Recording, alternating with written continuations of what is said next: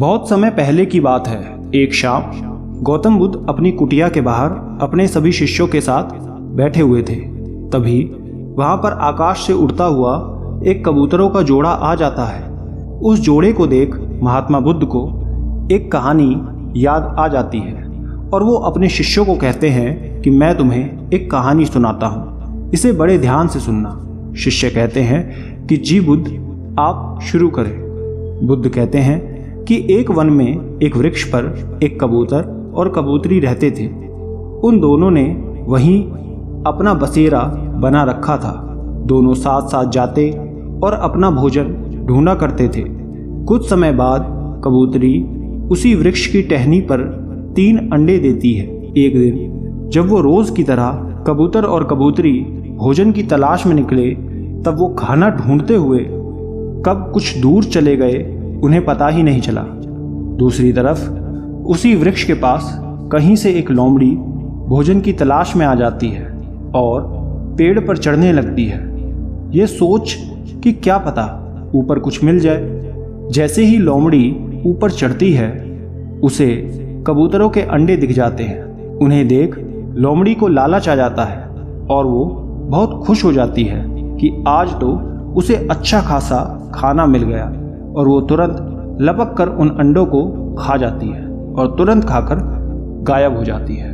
वहीं दूसरी तरफ कबूतर और कबूतरी को दूर निकल जाने की वजह से वापस आने में समय लग जाता है।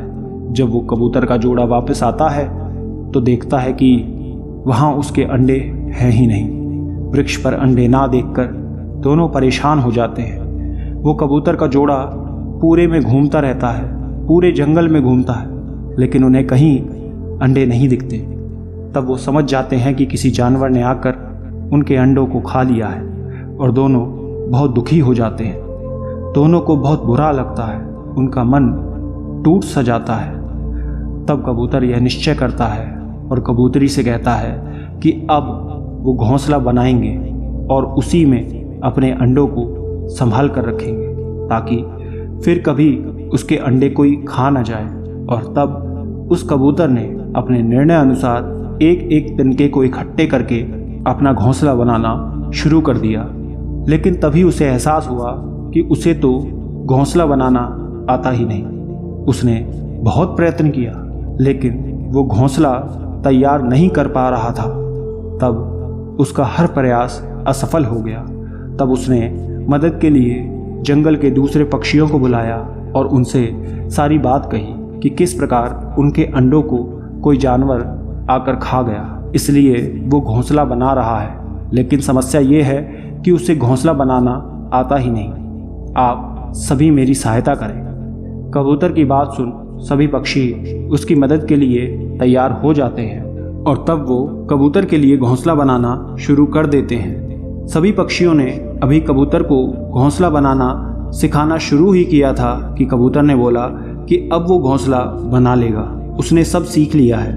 उसने केवल उन पक्षियों के बताने के ढंग पर ही ये तय कर लिया कि वो उनके बताए तरीके से स्वयं से अब बना लेगा। कबूतर की बात सुन सभी पक्षी वापस चले जाते हैं। अब कबूतर ने स्वयं से ही घोंसला बनाना शुरू कर दिया। उसने एक तिनका इधर रखा, एक तिनका उधर, लेकिन उससे घोंसला बना नहीं।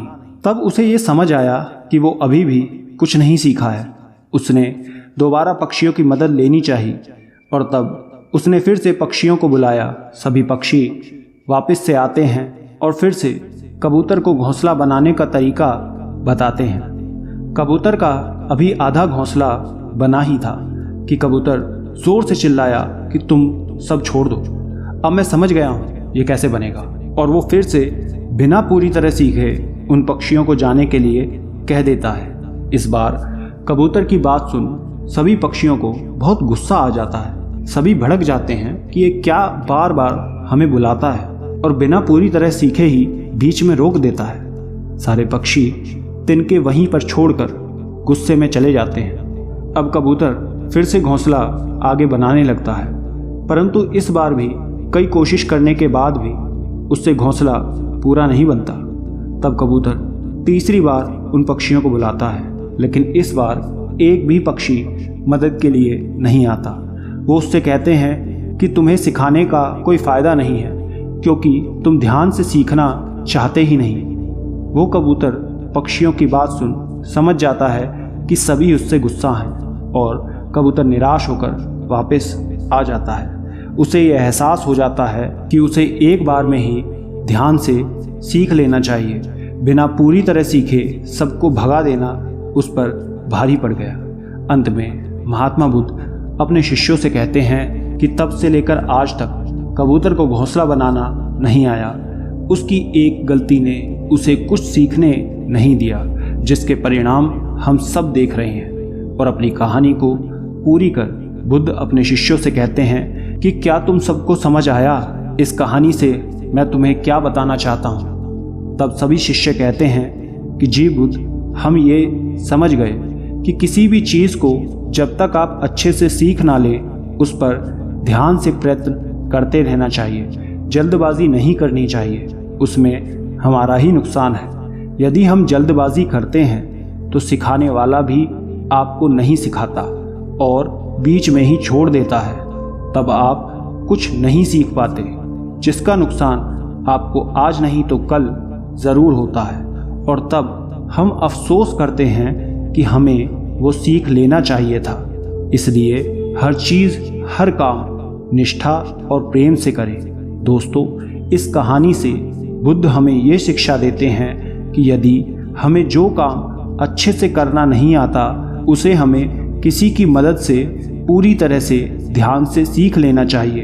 अन्यथा जो काम हमें नहीं आता हो उसे ज़बरदस्ती करने का दिखावा नहीं करना चाहिए, क्योंकि ऐसा करने से मदद करने वाला व्यक्ति एक या दो बार तो आपकी मदद करेगा, लेकिन हर बार नहीं, और तब वो आपसे तंग आकर आपको सिखाना भी बंद कर देगा उन पक्षियों की भांति, और तब हम उससे सीख ही नहीं पाएंगे। इसलिए किसी की मदद का सम्मान करते हुए वो काम पूरी निष्ठा के साथ और पूरा ध्यान केंद्रित करके सीखना चाहिए। जब तक आप उसमें निपुण ना हो जाएं, तभी आप कुछ सीख पाएंगे।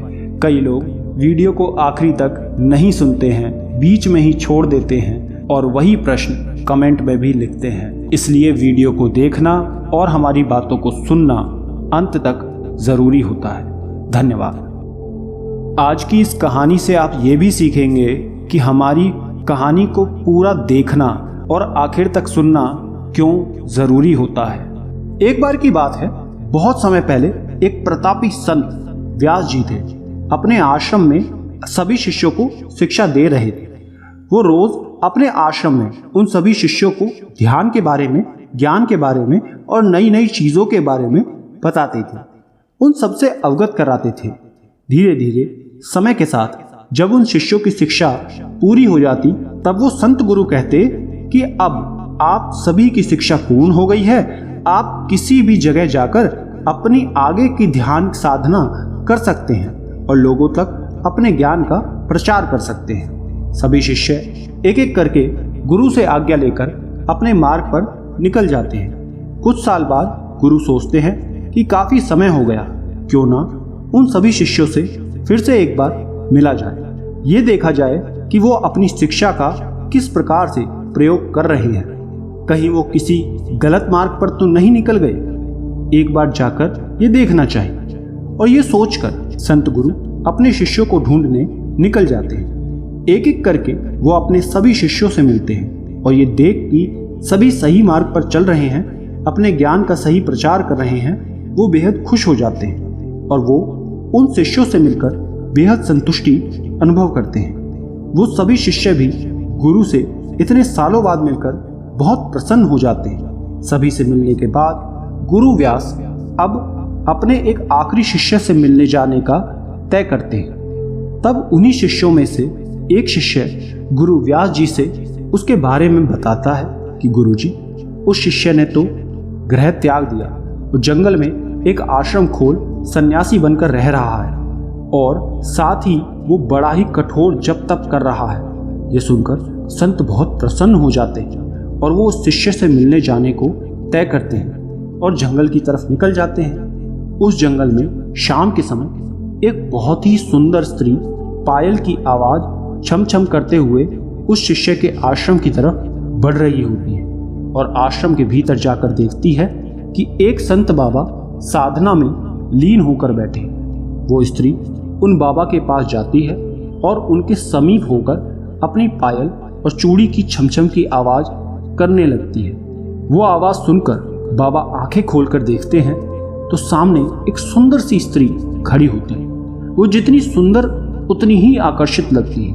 वो स्त्री बाबा के आंख खुलते ही उनके सामने हाथ जोड़कर खड़ी होती है और कहती है कि हे बाबा, मैं बहुत ही परेशान हूँ। मैं यहाँ अपनी कुछ सहेलियों के साथ मेला घूमने आई थी, लेकिन अचानक आई आंधी और तूफान से मैं उनसे बिछड़ गई। सभी ना जाने किधर की तरफ चले गए और मैं अकेले यहाँ पे फंस गई और भटकते हुए इस जंगल में पहुँच गई हूँ। अभी भी मौसम बेहद खराब है और कुछ ही देर में अंधेरा हो जाएगा। मेरी आपसे विनती है कि आप मुझे आज रात यहीं आपकी कुटिया में रुकने की इजाज़त दे दें। आपकी बहुत कृपा होगी। ये सुन वो संत बाबा कहते हैं कि अरे पागल, ना तो ये कोई पाठशाला है ना ही कोई धर्मशाला।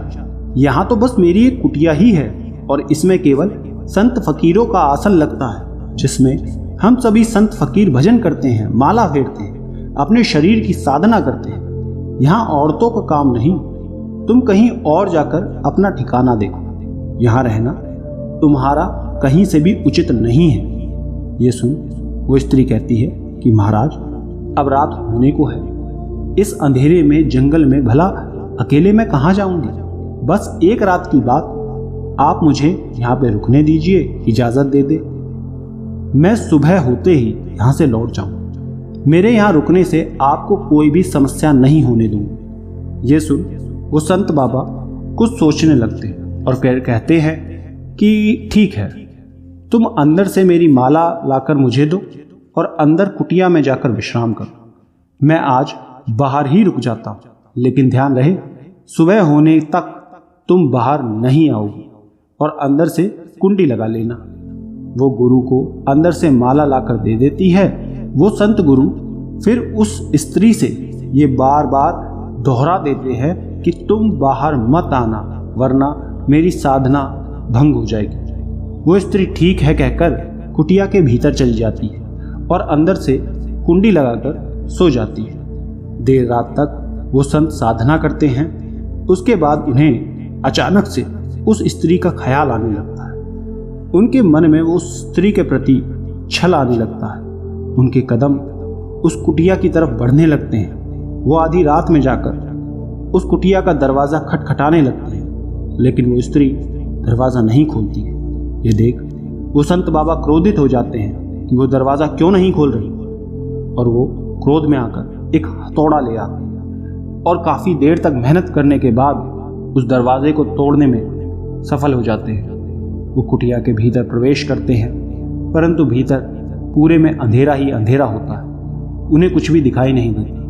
तब वो संत जाकर एक दिया लाते हैं और उसे जला देते हैं। दिए के जलते ही वो जैसे ही कुटिया में चारों तरफ नज़र घुमाते हैं उस स्त्री को देखने के लिए कि वो कहाँ है, तभी संत ये देखकर हैरान हो जाते हैं कि एक बहुत ही बड़ी बड़ी दाढ़ी, मूछ और बड़ी जटाओं वाला महाराज आंख मूंद कर माला फेर रहा है। कपटी संत ये देख सन्न रह जाता है कि उस कुटिया में उस खूबसूरत स्त्री की जगह महाराज बैठे हुए हैं। वो महाराज कोई और नहीं बल्कि व्यास गुरु थे। वो एक स्त्री का रूप धारण करके अपने उस आखिरी शिष्य यानी उन संत बाबा की परीक्षा लेने आए थे। ये देख उन संत गुरु को अपनी गलती का एहसास हो जाता है।